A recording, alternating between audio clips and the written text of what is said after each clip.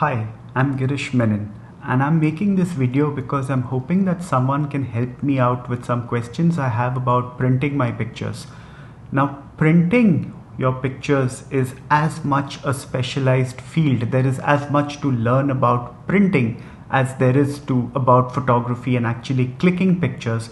So right from calibrating your monitor with a tool like this, I'll put the description to this I'll put the link to this in the description. And once we calibrate our monitors in a correct manner, we can then ensure that the colors in our prints match the colors on our monitors. And to make basically, for any kind of museum quality print, we do something called as an archival print, which is we print on paper that is free of lead using inks that's free of lead.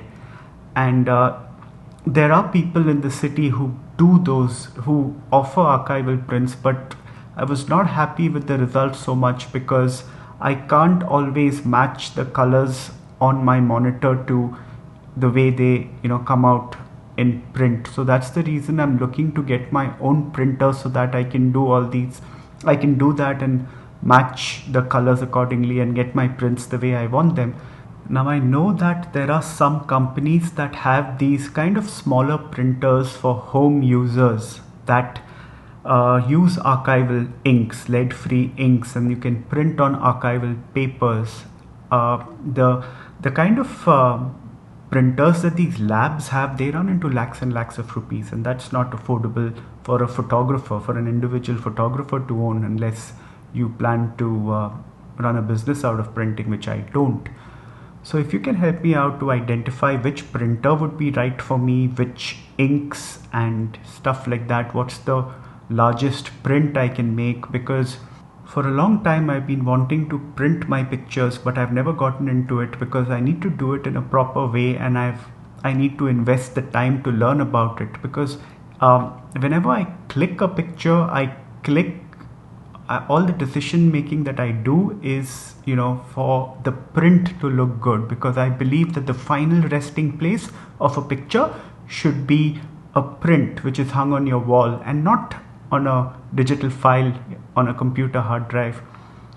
So for example, this picture, the first ever sighting of a leopard in the wild at Panna National Park, where just a few seconds earlier this leopard was within 10 feet away from our guide, who was on foot, not inside the jeep, and that's a different story. And all those memories. It was just after the monsoon, so you have all this monsoon foliage which has dried up in the October sunshine. Then this photograph of this cormorant, the direction of the sunlight is what makes this picture. Cormorants are very common birds, but it's that direction of sunlight coming in that really punctuates its feathers, and you can see every single feather.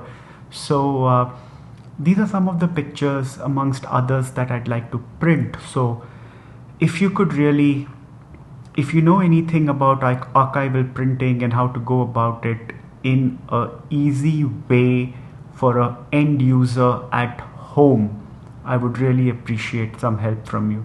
So I'll be watching out the comments and hoping I see some valuable information very soon.